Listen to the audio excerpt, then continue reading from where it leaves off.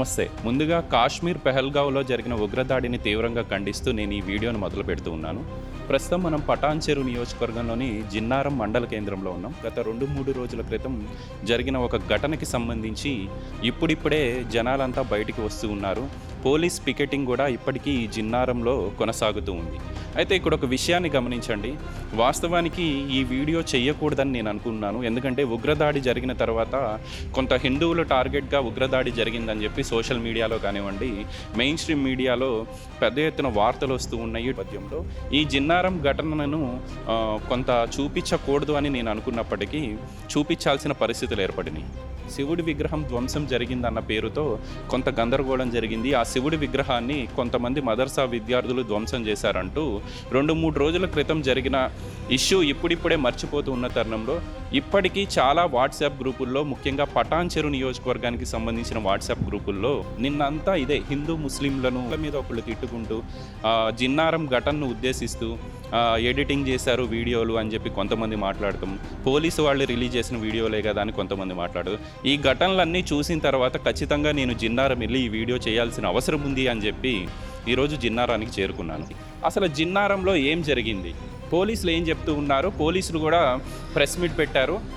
జిల్లా ఎస్పీతో పాటు multi zone IG 2 Satyanarayana కూడా కొన్ని కీలక విషయాలను ఆధారాలతో సహా బయటపెట్టడం జరిగింది. పోలీసులు క్లారిటీ ఇచ్చారు. ఈ ఘటన ఎలా జరిగింది, కోతులు శివుడి విగ్రహం ధ్వంసం చేసిన తర్వాత ఒక 2 రోజుల తర్వాత మదర్సా పిల్లలు అక్కడికి వెళ్ళటం వల్ల అది చూసిన వాళ్ళు మదర్సా పిల్లలే ఆ శివుడి విగ్రహాన్ని ధ్వంసం చేశారేమో అనుకొని భ్రమపడి ఈ ఇష్యూ అంతా చెలరేగింది అని చెప్పి పోలీసులు చాలా స్పష్టంగా చెప్పారు. కానీ పోలీసుల ప్రెస్ మీట్ తర్వాత కూడా కొంతమంది విద్వేషాలను రెచ్చగొడుతూ ఈ పటాన్ చెరు నియోజకవర్గంలో కానివ్వండి, జిన్నారం చుట్టుపక్కల ప్రాంతాల్లో వాట్సాప్ గ్రూపుల్లో పిచ్చి పిచ్చి మెసేజ్లు పెడుతూ ఉన్నారు. ఒక విషయాన్ని గమనించండి, మన పటాన్ చెరు నియోజకవర్గం అంటే పచ్చని పల్లెలున్న నియోజకవర్గము.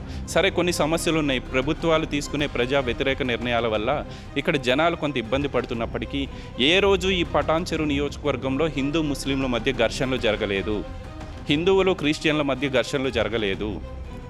ఒక ఘటన జరిగింది, దురదృష్టవశాత్తు శివుడి విగ్రహం ధ్వంసమైంది. ఆ ధ్వంసం వెనక కూడా కోతులు కారణం అని చెప్పి పోలీసులు తేల్చారు. అయినప్పటికీ ఎందుకు ప్రోపగాండా చేస్తూ ఉన్నారు, ఎందుకు హిందూ ముస్లింల గురించి తిట్టుకుంటూ ఉన్నారు? ఒక హిందూ ఒక ముస్లింని తిడితే ఏమొస్తుంది, ఒక ముస్లిం ఒక హిందూని టార్గెట్ చేసి మాట్లాడితే ఏమొస్తుంది? ఏ రోజు పటాన్ చెరు నియోజకవర్గంలో మత ఘర్షణలు జరగలేదండి. మతాలకు సంబంధించి అందరం కలిసి ఉంటాం. రంజాన్ పండుగ వస్తే మనం వాళ్ళ ఇంటికి వెళ్ళి బిర్యానీ తిని కీర్ కుర్మా తిని వచ్చేవాళ్ళం. మన హిందూ పండుగలకి చాలామంది ముస్లిం సోదరులు హాజరవుతూ ఉంటారు. క్రిస్టియన్ పండుగలకి హిందువులు వెళ్తారు, ముస్లింలు వెళ్తాం. ఇట్లాంటి మంచి వాతావరణాన్ని ఎవరైతే చెడగొడుతూ ఉన్నారో వాళ్ళ మీద ఖచ్చితంగా పోలీసులు కఠిన చర్యలు తీసుకోవాల్సిన అవసరం ఉందని చెప్పి న్యూస్ 16 డిమాండ్ చేస్తుంది. అసలు ఇంతకీ జిన్నారం మండలంలో, ఈ జిన్నారం మండల కేంద్రంలో ఏం జరిగింది, మీ ముందు ఉంచాల్సిన బాధ్యత నా మీద ఉంది. పాయింట్ బై పాయింట్ నేను మీకు చెప్పే ప్రయత్నం చేస్తాను. ఏప్రిల్ 22 సాయంత్రం 6:15 జిన్నారం శివార్లో జరిగింది ఈ ఘటన. 12 మంది మదర్సా విద్యార్థులు, వాళ్ళంతా మైనర్లండి. వాళ్ళు ఇక్కడ వాళ్ళు కూడా కాదు, వాస్తవానికి యూపీ బీహార్కి సంబంధించిన వాళ్ళుగా పోలీసులు చెప్తున్న మాట. చిన్నపిల్లలు పక్కన వేరే స్టేట్ వాళ్ళు, నార్థన్ స్టేట్, యూపీ బీహార్ చిన్నపిల్లలు వాళ్ళు 12 మంది మదర్సా విద్యార్థులు ఇక్కడికి వచ్చారు. ఏదైతే మనం నిలబడి మాట్లాడుతూ ఉన్నామో ఈ ప్రాంగణంలోకి వాళ్ళు వచ్చారు. 7 మంది గుట్ట మీదకు వెళ్ళారు, ఒక 5 కిందనే నిలబడ్డారు. ఇక్కడ ఒక సీసీ కెమెరా ఉంది. చాలా క్లియర్గా ఆ సీసీ కెమెరా ఉండటం వల్ల ఈ ఘటనకి సంబంధించిన పూర్వపరాలే కానివ్వండి, అసలు ఏం జరిగిందనేది బయటకు వచ్చింది. ఆ సీసీ కెమెరాలు కూడా లేకపోతే ఎంత విధ్వంసం జరిగేదో మనం ఊహించలేని పరిస్థితి. అయితే ఈ పిల్లలు ఎవరైతే ఒక 7 మంది గుట్ట మీదకి వెళ్ళారో, ఒక 5 పిల్లలు ఇక్కడ నిలబడి ఉన్నారో, వాళ్ళని ఇటుగా వెళ్తున్న బైక్ మీద వెళ్తున్న ఒక వ్యక్తి చూశాడు. ఎందుకు మీరు ఆ గుట్ట మీదకి వెళ్ళారని చెప్పి వాళ్ళని ప్రశ్నించే ప్రయత్నం చేశాడు. అయితే వాళ్ళు కంగారుగా కిందకి పరిగెత్తుకొని వెళ్ళిపోయారు. ఆయన బైక్ ఆపి ఆ పైకి వెళ్ళి చూసినట్టు ఆయన చెప్పిన మాటలు, ఆ పైకి వెళ్ళి చూస్తే శివుడి విగ్రహం ఒకటి ఉంది. ఆ శివుడి విగ్రహం ధ్వంసం అయిపోయి పెచ్చులుగా కింద పడిపోయింది అనేది ఆయన గమనించాడు. సరే, ఆయన కూడా పొరపాటు పడి ఉండొచ్చు. వీళ్ళు అదే సమయానికి అక్కడికి వెళ్ళటం, ఆయన చూడటము, ఆ శివుడి విగ్రహం దగ్గరికి వెళ్ళేపాటికి ఆ శివుడి విగ్రహం ధ్వంసం అయిపోయి ఉండటం వల్ల ఆయన కూడా గ్రహించలేకపోయాడు అసలు ఏం జరుగుంటుంది అని చెప్పి. వెంటనే ఈ సమాచారాన్ని ఇక్కడున్న హిందువులే కానివ్వండి, కొంతమంది స్థానికులకి తెలియజేయడంతో నిజంగానే వాళ్ళు చేశారేమో అన్న ఆలోచనతో ఆ మదర్సా మీద ఆ రోజు దాడి జరిగింది. అయితే ఇక్కడ ఒక విషయాన్ని గమనించండి. ఈ ఘటన జరిగింది ఏప్రిల్ 22. పోలీసుల విచారణలో తేలింది ఏంటంటే ఏప్రిల్ 19 సాయంత్రం 5:24 కోతులు ఆ విగ్రహాన్ని తోసేసినట్టుగా సీసీటీవీ ఫుటేజ్ని పోలీసులు రిలీజ్ చేశారు. 19వ తేదీన ఘటన జరిగింది, ఆ విషయం ఎవరికి తెలియదు. 20, 21, 22వ తేదీ సాయంత్రం ఆ పిల్లలు అక్కడికి వెళ్ళటము, ఆ ధ్వంసమైన విగ్రహాన్ని ఆ బైక్ మీద వెళ్ళే వ్యక్తి చూడటంతో ఇదంతా ఒక మత ఘర్షణకు దారితీసింది. శివుడి విగ్రహం ధ్వంసం అయిపోగానే పలు పార్టీలకు సంబంధించిన వాళ్ళు కానివ్వండి, హిందూ బంధువులకు, ఎందుకంటే ఆవేశం, కోపం, ఉద్రేకం ఉంటుంది. ఎందుకంటే మనమంతా హిందువులుగా చాలా దాడులు జరుగుతున్నాయి హిందూ విగ్రహాల మీద, హిందూ దేవాలయాల మీద. ఆ కోపంతోనో ఆ ఉద్రేకంతోనో అసలు విషయాన్ని, వాస్తవాన్ని గ్రహించకుండా ఆ మదర్సా విద్యార్థులే ఆ పనిని చేశారనుకొని ఆ మదర్సాని టార్గెట్ చేసి అక్కడికి వెళ్ళి వాళ్ళని భయభ్రాంతులకి గురి చేసి కొంతమంది అత్యుత్సాహం ప్రదర్శించి ఏదైతే ఆ మదర్సాకి సంబంధించి ఆ ప్రాంగణంలో కొంత తగలబెట్టే ప్రయత్నం చేశారు. ఈ మాటలన్నీ నేను చెప్తున్న మాటలు కాదు, స్వయంగా మల్టీ జోన్ 2 ఐజీ సత్యనారాయణ గారు చెప్పిన మాటలు. ఆయన చెప్పిన మాటల్ని నేను ఉటంకిస్తూ ఉన్నాను.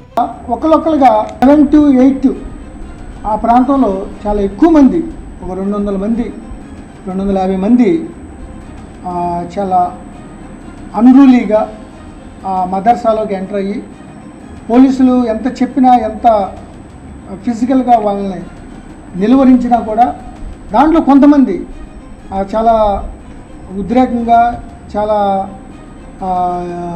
స్పీడ్గా వాళ్ళని పోలీసులు కూడా పుష్ చేసుకుని వాళ్ళ లోనికి వెళ్ళటం, అక్కడ ఉన్న కొంత సామాగ్రి డ్యామేజ్ చేయడం జరిగింది. తర్వాత సబ్సిక్వెంట్గా అక్కడ గుడికి సమీపంలో ఉన్న దర్గా దగ్గరికి కూడా వెళ్ళి కొద్దిగా అక్కడ కూడా సమాచారం అక్కడ మిగతా వాళ్ళకి అందజేసి ఇట్లా పిల్లలు లార్డ్ శివ విగ్రహాన్ని కిందకి తోసి పగలగొట్టేశారు, ధ్వంసం చేశారని దాని మీద అందరూ ఎమోషనల్గా ఫీల్ అయ్యి ఆ దర్గా మీద దగ్గర ఉన్న కొద్దిగా అక్కడ కూడా కొంత దాన్ని ఫర్నిచర్ని డ్యామేజ్ చేయడం జరిగింది. ఇంత ఘటన జరిగింది. ఆ ఘటనకి సంబంధించి కూడా ఐజీ కొన్ని కీలక వ్యాఖ్యలు చేశారు. ఆ రోజు ఏప్రిల్ 22 సాయంత్రం రోజు ఈ ఘటన జరిగిన తర్వాత మదర్సా విద్యార్థులను మేము సేవ్ చేయగలిగాము. పోలీసులు ఎంత వారిస్తున్నప్పటికీ కొంతమంది ఒక 200 నుంచి 250 మంది మాబ్ వచ్చింది, జనాలు వచ్చారు. సరే, వాళ్ళకి బాధ, ఆవేశము, హిందూ దేవాలయాల మీద కానీ గతంలో జరిగిన దాడుల్ని మనసులో పెట్టుకొని వాళ్ళకు కొంత భావోద్వేగం ఉంటుంది, ఉద్రేకం ఉంటుంది. కానీ ప్రధానంగా కొంతమందిని మేము గుర్తించాము. వీళ్ళు అతి చేశారు. ఆ మదర్సా మీద దాడి కేసులో 10 మంది మీద కేసులు అయినాయి, అన్ని వీడియోలు మా దగ్గర ఉన్నాయి, వాళ్ళని మేము గుర్తించాము అని చెప్పి స్వయంగా ఐపీఎస్ ఆఫీసర్ చెప్పిన మాటలు. పోలీస్ శాఖ ఎట్టి పరిస్థితులు ఉపేక్షించదు. సో వాళ్ళపై కఠిన చర్యలు తీసుకుంటాం. అందరిని కూడా ఎవరైతే దీనికి బాధ్యులు, ఎవరైనా కావాలని ఉద్దేశపూర్వకంగా చేసిన అందరూ కాదు, కొంతమంది కావాలని భక్తిభావంతో అందరూ వస్తారు ఏం జరిగిందని గుంపుగా. సో వాళ్ళని ఎవరైతే కావాలని ఉద్దేశపూర్వకంగా చేశారో వాళ్ళపై మాత్రం చాలా కఠిన చర్యలు తీసుకుంటాం. ఒకవేళ నిజంగా ఈ మదర్సాకి సంబంధించిన పిల్లలే వెళ్ళి ఆ శివుడి విగ్రహాన్ని కనుక ధ్వంసం చేస్తుంటే ఖచ్చితంగా వాళ్ళ మీద కూడా మేము కఠిన చర్యలు తీసుకునేవాళ్ళం. ఇప్పుడు ఒక ఘటన జరిగింది. ఘటన జరిగినప్పుడు జిన్నారం పోలీస్ స్టేషన్ ఈ పక్కనే ఉంది, కూటవేటి దూరంలో. జిన్నారం పోలీసులకి సమాచారం ఇవ్వాల్సిన అవసరం ఉంది. పోలీసులు దర్యాప్తు చేసేవాళ్ళు కదా. అనంతటా మనమే ఉద్వేగానికి గురయ్యి ఆ మదర్సా మీదకి వెళ్ళి దాడులు చేయటం వల్ల కొంత ముస్లిం సమాజం కూడా కదిలిందండి. ఎందుకంటే ముస్లిం సమాజం కూడా కదిలింది. కేవలం పటాన్చెరు నియోజకవర్గంలో ముస్లిం సోదరులే కానివ్వండి, మత పెద్దలే కాదు, హైదరాబాద్ వ్యాప్తంగా ఉన్నవాళ్ళు కానివ్వండి, తెలంగాణ వ్యాప్తంగా ఉన్నవాళ్ళు మా మదర్సా పిల్లలకి ఇంత అన్యాయం జరుగుతుంది అని చెప్పి వాళ్ళంతా కదిలి వాళ్ళు కూడా జిన్నారం రావడానికి ప్రయత్నం చేశారు. కానీ ఎక్కడికక్కడ పోలీసులు వాళ్ళు అడ్డుకున్నారు. తీరా విచారణ చేసిన తర్వాత ఏం తేలింది? ఆ శివుడి విగ్రహాన్ని ధ్వంసం చేసింది కోతులు. నేను ఒక హనుమంతుడి భక్తుడిగా చెప్తూ ఉన్నాను, నేను ఒక హిందువుగా చెప్తూ ఉన్నాను. హిందూ ముస్లిం పేరుతో మనం మతాల మధ్య ఘర్షణలు లేపుకొని పచ్చగా ఉన్న పంట పొలాల మధ్య మత విద్వేషాలు అవసరమా? ప్రతి ఒక్కళ్ళు ఆలోచించండి. సరే, కొంతమంది వాళ్ళ స్వప్రయోజనాల కోసం కొంతమంది పార్టీ నాయకులు ఈ జిన్నారం మండలంలో ప్రవర్తించినట్టుగా చాలామంది చెప్తున్న మాట. 10 మంది మీద కేసులు అయినాయి. ఆ పార్టీల పెద్ద నాయకులు ఎవరైతే ఉన్నారో ఈ కేసులైన వాళ్ళని విడిపిస్తారా? వాళ్ళ మీద ఎఫ్ఐఆర్లు అవుతాయి కదా. అందులో చాలామంది యువకులు ఉన్నట్టు మనకు సమాచారం. ఆ యువకుల జీవితాలు ఏం కావాలి? పార్టీలు నాయకులు కొంతమంది వాళ్ళ స్వార్థ ప్రయోజనాల కోసం రెచ్చగొట్టే పరిస్థితులు ఉంటాయి.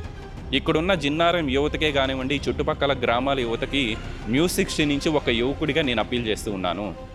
కాశ్మీర్లో ఉగ్రదాడి జరిగింది. కాశ్మీర్లో ఉగ్రదాడి వెనక ఒక విషయాన్ని మీరు గమనించండి. దేశవ్యాప్తంగా హిందూ ముస్లిం గొడవలు చెలరేగాలి. భారతదేశాన్ని 2 మతాల మధ్య గొడవలు పెట్టి విచ్ఛిన్నం చేయాలి అని ఉగ్రవాదుల టార్గెట్. ఖచ్చితంగా నేను ఒప్పుకుంటాను. కాశ్మీర్ ఉగ్రదాడిలో హిందువులే టార్గెట్గా ఉగ్రవాదులు దాడికి తెగబడ్డారు. విచక్షణరహితంగా కాల్పులు జరిపి ఆ వచ్చిన వాళ్ళు హిందువులా లేకపోతే ముస్లింలా లేకపోతే ఏ మతం అని చూసి విచక్షణరహితంగా కాల్పులు జరిపి మన హిందూ సోదరులను, మన హిందూ బంధువులను చంపేశారు. కానీ ఇక్కడ ఇంకొక విషయాన్ని కూడా గమనించండి. ఇదే హిందువుల మీద దాడి జరుగుతూ ఉంటే గుర్రం తోలుకునే ఒక ముస్లిం యువకుడు, స్థానిక కాశ్మీరీ, తను రోజుకి 1000 నుంచి 2000 రూపాయలు మాత్రమే సంపాదించే ఒక సామాన్య యువకుడు, తాను ముస్లిం అయినప్పటికీ హిందువుల మీద దాడి జరుగుతూ ఉంటే ఆ ఉగ్రవాదుల చేతుల్లో ఉన్న AK-47ని లాక్కుని కనీసం నేను ఒక్క ఉగ్రవాదినైనా చంపలేనా అన్నట్టుగా వాళ్ళ మీద ఎదురు తిరిగి తన ప్రాణాలను బలి తీసుకున్నాడు. వాస్తవానికి ఒకటి గమనించండి, ఉగ్రవాదుల టార్గెట్ కేవలం హిందువులు మాత్రమే, లోకల్ కాశ్మీరీలు కాదు. ముఖ్యంగా ముస్లింలు ఎవరైతే ఉన్నారో ముస్లింలను చంపడం వాళ్ళ టార్గెట్ కాదు. ఈ సయ్యద్ ఆదిల్ హుస్సేన్ ముస్లిం అయినప్పటికీ కొంతమందినైనా నేను కాపాడాలి. అక్కడ అతను మతం చూడలేదే, అతను కులం చూడలేదే. అతనే తలుచుకుంటే, సయ్యద్ ఆదిల్ హుస్సేనే తలుచుకుంటే గుర్రం వేసుకొని పారిపోయేవాడు. తనకు అన్ని రూట్లు తెలుసు, ఎలా తప్పించుకోవాలో తెలుసు. అయినప్పటికీ టూరిస్టుల మీద దాడి జరుగుతూ ఉంటే నేను కాపాడాలి, ఒక ఉగ్రవాదినైనా చంపాలి అని చెప్పి సయ్యద్ ఆదిల్ హుస్సేన్ పోరాటం చేసి ఆ బుల్లెట్ తూటాలకే ప్రాణాలు వదిలాడు. ఆ కుటుంబం రోడ్డున పడింది. అంటే సయ్యద్ ఆదిల్ హుస్సేన్ అక్కడ మతం చూడలేదు కదా. నేనేమంటున్నానంటే హిందువుల మీద దాడి జరిగింది, ఇది వాస్తవం. అయినప్పటికీ ఒక ముస్లిం యువకుడు కాపాడే ప్రయత్నం చేశాడు. ఇప్పుడు ఆ పెనుగులాట ఏదైతే సయ్యద్ ఆదిల్ హుస్సేన్ కొంతమందినైనా కాపాడాలన్న ఉద్దేశంతోనే ఉగ్రవాదుల మీదకి తిరగబడి వాళ్ళ రైఫిల్స్ లాక్కునే ప్రయత్నం చేశాడు కదా. ఆ సమయంలో కనీసం 2 ఉగ్రవాదుల్ని వాళ్ళ ఆలోచన మళ్లించి తన వైపుకి తిప్పుకోగలిగాడు. ఆ సందర్భంలో చాలామంది, అంటే సుమారు ఒక 100 మందో లేకపోతే 50 మందో, కనీసం ఒకళ్ళిద్దరైనా మన హిందువులు తప్పించుకోగలిగారు కదా. ఇతను పెనుగులాట సందర్భంగా అది 5 నిమిషాలు అయి ఉండొచ్చు, 2 నిమిషాలు అయి ఉండొచ్చు. ఈ లోపల కొంతమంది అక్కడి నుంచి తప్పించుకొని దూరంగా పారిపోయారు. అంటే మనుషుల్లో అన్ని రకాలు ఉంటారు. కులాల పేరుతో, మతాల పేరుతో మనం కొట్టుకోవటం వల్ల ఉపయోగం ఏమీ లేదు. ముఖ్యంగా ఈ జిన్నారం ఘటనకి సంబంధించి చాలామంది రాజకీయ నాయకులు కూడా మాట్లాడుతూ ఉన్నారు. ముఖ్యంగా బీజేపీకి సంబంధించిన నాయకులు మాట్లాడుతూ ఉన్నారు. గోదావరి అంజిరెడ్డి గారు మీరు ఒక ఎమ్మెల్సీ. ఇక్కడ ఏం జరిగిందనేది ఏ ఐపీఎస్ ఆఫీసర్కైనా ఫోన్ చేసి మీరు తెలుసుకోగలరు. ఘటన జరిగిన 22వ తేదీ మీరు అందుబాటులో లేకపోవటం వల్ల ఇక్కడ ఘర్షణ జరుగుతున్నప్పుడు మీరు రాలేదని నాకున్న సమాచారం. తర్వాత రోజు మీరు జిన్నారం పర్యటనకు వస్తుంటే మార్గ మధ్యంలోనే మిమ్మల్ని అమీన్పూర్ పోలీసులు అడ్డుకొని మీ ఇంటికి తరలించారు. అక్కడ ప్రెస్ మీట్లో ఎమ్మెల్సీ అంజిరెడ్డి గారు ఏం మాట్లాడుతూ ఉన్నారు? ప్రభుత్వాన్ని విమర్శిస్తూ ఈ కాంగ్రెస్ పాలనలో హిందూ దేవాలయాల మీద దాడులు జరుగుతూ ఉన్నాయి, ఎవరైతే జిన్నారంలో విగ్రహాన్ని ధ్వంసం చేశారో వాళ్ళని కఠినంగా శిక్షించాలి, ఇది హేయమైన చర్య, వాళ్ళను జైల్లో పెట్టే వరకు మా ఈ పోరాటం ఆగదు అని చెప్పి ఆయన చేసిన కామెంట్స్. ఇప్పుడు ఈ ఘటనకు కారకులు ఎవరండి? కోతుల్ని జైల్లో పెడదామా? 100 కోతులు తిరుగుతాయి ఈ జిన్నారంలో, 1000 కోతులు తిరుగుతాయి ఈ చుట్టుపక్కల ప్రాంతాల్లో. ఏ కోతి శివుడి విగ్రహాన్ని ధ్వంసం చేసిందో గుర్తించి కోతిని జైల్లో పెడతామా? అంటే నేనేమంటున్నా అంటే ఘటన జరిగిన తర్వాత దాని పూర్వాపరాలు తెలుసుకోవాల్సిన అవసరం ఉంది. మీరు పెద్ద పెద్ద పదవుల్లో ఉన్నారు. మీ పార్టీ కార్యకర్తలను కానివ్వండి, ఇక్కడ ఎవరైతే స్థానికులు ఉన్నారో వాళ్ళని కొంత సమన్వయం చేసుకొని మత ఘర్షణలు జరగకుండా చూడాల్సిన బాధ్యత మీ మీద ఉంది. సరే, తెలియక అందరూ మాట్లాడారు, మదర్సా పిల్లల్ని టార్గెట్ చేశారు. ఆ మదర్సా పిల్లలు ఎంత భయభ్రాంతులకు గురై ఉంటారు, వాళ్ళంతా మైనర్లు. మనకు కూడా అదే వయసున్న పిల్లలు ఉండి ఉంటారు కదా. ఇక్కడ ఇంకో విషయాన్ని గమనించండి, తప్పక చెప్పాల్సి వస్తుంది. ఏదైతే జిన్నారంలో శివుడి విగ్రహ ధ్వంసం ఘటన జరిగిందో, ఈ ఘటన తర్వాత హిందువుల సంగతి పక్కన పెడితే ముస్లిం నాయకులంతా ఏకమయ్యారు. ముస్లిం సమాజం ఒక్క తాటి మీదకి వచ్చింది. అరే, మన మదర్సా పిల్లల్ని, వాళ్ళు మన రాష్ట్రం కాకపోయినా మన ఆతిథ్యం కోసం వచ్చారు, మన మదర్సాలో చదువుతున్నారు, యూపీ బీహార్కి సంబంధించిన ముస్లిం పిల్లలు, వాళ్ళను మనం కాపాడుకోవాలి అని చెప్పి ఎక్కడెక్కడో ఉన్న పెద్ద పెద్ద నాయకులు ఐపీఎస్ ఆఫీసర్లతో మాట్లాడి ఆ మదర్సాలో ఉన్న, ఈ జిన్నారంలో మదర్సాలో ఉన్న పిల్లలను ఆ ఘటన జరిగిన రోజు సేఫ్గా పోలీసుల సహకారంతో తరలించగలిగారు. ఎంతసేపు మత విద్వేషాలు, కోపం, ఉద్రిక్తత, మనోభావాలు దెబ్బతినే పేరుతో ఒక్కళ్ళ మీద ఒక్కళ్ళం దాడులు చేసుకోవటం వల్ల ఉపయోగం లేదు అనేది నేను చెప్పదలుచుకున్నాను. కేసులైన వాళ్ళ పరిస్థితి ఏంటి? ఈరోజు 10 మంది మీద కేసులు అయినట్టు తెలుస్తుంది. అందులో ముఖ్యంగా బీజేపీకి సంబంధించి, బీజేవైఎంకి సంబంధించిన కొంతమంది పేర్లు ఉన్నట్టుగా నాకు అందుతున్న సమాచారం. అంటే పోలీసులు అఫీషియల్గా రిలీజ్ అయినప్పటికీ పేర్లు, వాళ్ళని ఎవరు కాపాడాలి అన్న అర్థం చేసుకోండి. మీకు పార్టీల మీద అభిమానం ఉంటే పార్టీల్లో తిరగండి, నాయకుల కోసం పనిచేయండి. కానీ ఇట్లాంటి సున్నితమైన ఘటనలు వచ్చినప్పుడు, ఇట్లాంటి మతాలకు సంబంధించిన విషయాలు వచ్చినప్పుడు 1-2 సార్లు ఆలోచించండి. అది జనరల్గా అరే మన మతం మీద ఇలాంటి దాడి జరుగుతుంది, మన దేవుళ్ళ మీద దాడి జరుగుతుంది, కానీ ఆ దాడి వెనక ఏం జరుగుతుంది అనేది కూడా ఈ రోజు ఆలోచించుకోవాల్సిన అవసరం ఉంది. సోషల్ మీడియా ఎంత విపరీతంగా తయారైందో నేను మీకు ప్రత్యేకంగా చెప్పాల్సిన అవసరం లేదు. సోషల్ మీడియాలో చూసేవన్నీ నిజాలు కాదు, ఫేక్ వార్తలు వస్తూ ఉన్నాయి. ఆ రోజు మదర్సా పిల్లలకి ఏమన్నా జరుగుంటే ఈ జిన్నారంలో ఈరోజు మనం తిరగగలిగే వాళ్ళమా? మీరు కోపంతో, ఆవేశంతో ఆ పిల్లల్ని ఏమన్నా చేసి ఉంటే ఈ జిన్నారంలో సామాన్య జనాలు తిరగగలిగే పరిస్థితి ఉండేదా? కర్ఫ్యూ వాతావరణం ఉండేది, కేంద్ర బలగాలు దిగాయి. అర్థం చేసుకోండి. పచ్చని పంట పొలాలు. ఇప్పటికి కూడా నేను ఈ వీడియో చేయడానికి ప్రధాన కారణం, ఇప్పటికీ వాట్సాప్ గ్రూపుల్లో కోతులు శివుడి విగ్రహాన్ని ధ్వంసం చేసిన వీడియో మీద మదర్సా పిల్లలు ఈ దారి గుండా ఆ గుట్ట మీదకు వెళ్ళిన ఆ వీడియో, ఈ 2 వీడియోలకి సంబంధించి ఫేక్ వీడియోలని పోలీసులు రిలీజ్ చేశారండి. ఇక్కడ సీసీ కెమెరాలు ఉన్నాయి. ఆ సీసీ కెమెరాల ఆధారంగా పోలీసులు ఎంక్వైరీ చేసి రిలీజ్ చేసిన వీడియోలు, ఐపీఎస్ ఆఫీసర్లు రిలీజ్ చేసిన వీడియోలు. ఇంకా దాని మీద ఎందుకు చర్చ పెడుతూ ఉన్నారు? ప్రశాంతంగా ఎవరి పనులు వాళ్ళు చేసుకోండి. ఎన్నో సమస్యలు ఉన్నాయి మన పటాన్చెరు నియోజకవర్గంలో, ఎక్కడా మత ఘర్షణలు జరగలేదే.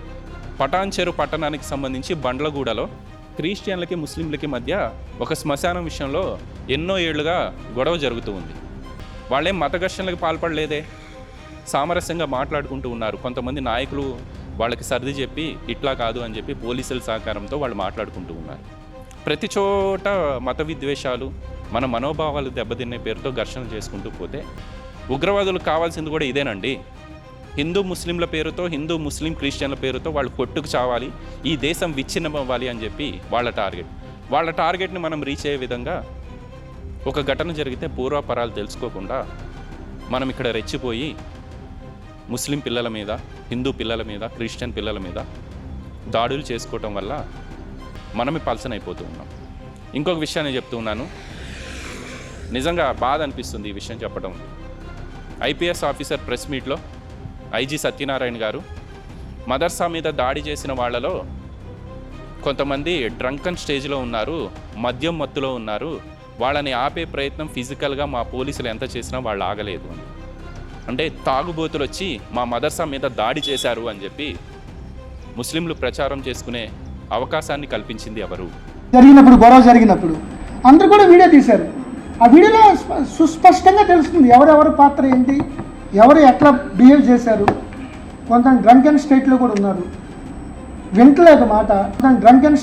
ఉన్నారు, వింటలేదు మాట, మేము యాక్షన్ తీసుకుంటామన్నా కూడా. సరే, అదొక యాంగిల్. అది అసలు 2 యాంగిల్ అసలు క్రియేట్ చేసినాడు. మేము చూసామనేది ఒకరు, వాళ్ళు ఒప్పుకునేది వాస్తవం కాదు. సో సీసీ కెమెరా ఉంది కాబట్టి జరిగింది. ఒకవేళ సీసీ కెమెరా లేకపోతే అది ఉన్నా రాత్రి ఏదన్నా ఈ యొక్క దీంట్లోనే ఇంకో ఎక్కువ మంది వచ్చి ఆ చిన్నపిల్లల్ని ఎవరన్నా ఏదన్నా చేస్తే, పోలీసులు ప్రొటెక్షన్ చేయకపోతే, ఏదన్నా జరిగితే అది ఆ పరిస్థితి మన చేయి దాటేది. అవసరమా ఇదంతా మనకి? సో దయచేసి అందరికీ ఒకటే చెప్తూ ఉన్నాను, అన్నలారా ప్రశాంతంగా ఉండండి. మనమంతా యువకులము. ఈ గ్రామాల్లో ఎన్నో సమస్యలు ఉన్నాయి, ఈ చుట్టుపక్కల ప్రాంతాల్లో ఎన్నో సమస్యలు ఉన్నాయి. ఒక సమస్య ఉంటే ఆ సమస్య దగ్గర నిలబడండి. ఒక పోరాటం జరుగుతుంది మాదారంలో, కంకర్ క్రషర్లు వద్దు అని చెప్పి మాదారం విధ్వంసం అవుతుంది.